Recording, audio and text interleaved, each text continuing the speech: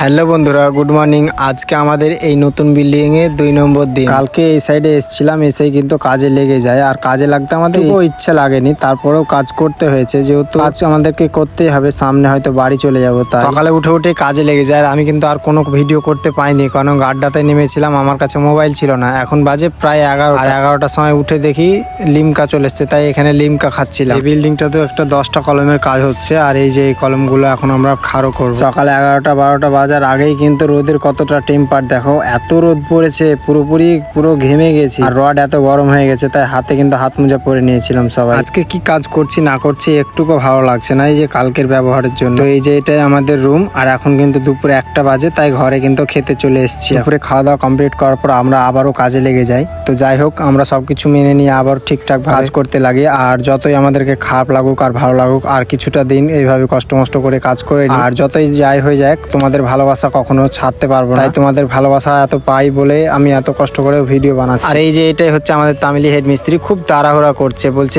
কলমগুলো বসিয়ে কিন্তু আজকে ওই পিলারগুলো ঢালবো। তো চলো, কোনো ব্যাপার নেই, যেরকম যা করতে বলবে তাই করতে হবে, যেহেতু এখন আমরা কাজ করছি, ওর কথা শুনতেই হবে। দেখো, ফ্রিতে তো কেউ টাকা দিবে না, তো ওর যেরকম কাজ করতাম এখন আর ওরকম কাজ করতে ইচ্ছে জাগে না, কারণ ভাই মন ভেঙে গেছে। আমাদেরকে ঈদের পরের দিন বসতে দেয়নি, কাজ করাইয়েছে, আর ঈদের পরে আবার 2 দিন বসিয়েছে। আর ওই বসাটাই আমি সহ্য করতে পারিনি, জানো। আমি কাজে এসেছি কাজ করার জন্য, আমি তো এখানে বসতে আসিনি। এরকম হঠাৎ করে কেন বসাবো? যেদিন আমরা বসতে চেয়েছি সেদিনকেই বসাইনি, তাই হয়তো ওর প্রতি এত রাগ আমাদের। এই যে এখন দেখতে পাচ্ছ, ইনি কিন্তু আমাদের এই বিল্ডিং এর ইঞ্জিনিয়ার, আর আমাদের জন্য ইঞ্জিনিয়ার কি নিয়ে এসছে চলো দেখো। ইঞ্জিনিয়ার কিন্তু আমাদের জন্য ভালোবেসে চা সিঙ্গারা নিয়ে এসছে। তো যাই হোক, ইঞ্জিনিয়ারটা সত্যি খুব ভালো। সিঙ্গারা খাওয়ার পরে কিন্তু আমরা কলম বলেছিলাম না যে আমাদেরকে কলম ঢালিয়ে নিবে, তো এই যে 4টা কলম ঢেলে দিয়েছি, আর 4টা কলমই কিন্তু কমপ্লিট হয়ে গেছে। এরপরে এখন আমরা কিন্তু গা হাত ধুয়ে একদম সরাসরি বাজার চলে যাবো। তারপর আমি আর আহমেদ কিন্তু এই শপিং মলটায় বাজার করতে এসেছিলাম। তো আজকের ভিডিও এখানেই শেষ করব। ভিডিওটি ভালো লেগে থাকলে লাইক ফলো শেয়ার করে দিও। আর তোমাদের কাছে একটা রিকোয়েস্ট রাখবো, যদি তোমরা রিকোয়েস্টটা আমার কমপ্লিট করো তাহলে হয়তো বলবো,